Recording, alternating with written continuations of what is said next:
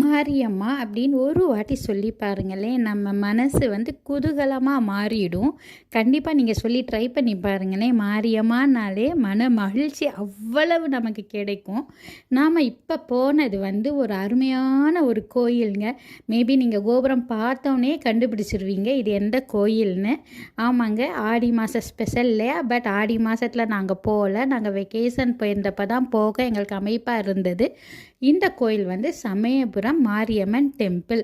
ரொம்ப நீட்டாக மெயின்டைன் பண்ணுறாங்க. காலையில் 7 மணிக்கெல்லாம் போனனால எங்களால் ½ வந்து கடவுள் முன்னாடி நின்று சாமி கும்பிட்டு என்னென்ன வேண்டுதல் இருக்கோ அதெல்லாம் அம்பாள்கிட்ட சொல்லிட்டு, ரொம்ப தேங்க்யூ, லைஃப் இவ்வளோ நாள் ரொம்ப ப்ரொடெக்டிவாக பாதுகாத்தீங்கன்னு சொல்லிட்டு, எப்படியோ போக வேண்டிய வாழ்க்கை மாற்றி அமைச்சு கொடுத்த மாரியம்மனுக்கு சேலை, வளையல், பூ எல்லாமே வாங்கி கொடுத்து சந்தோஷமாக வந்தோம்.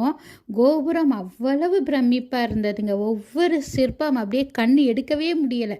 எதை ஃபோனில் கேப்சர் பண்ணுறது, எதை விட்றதுனே புரியலை. அந்த அளவுக்கு அருமையான ஒரு கோபுரம், கலர்ஃபுல்லாக இருந்தது.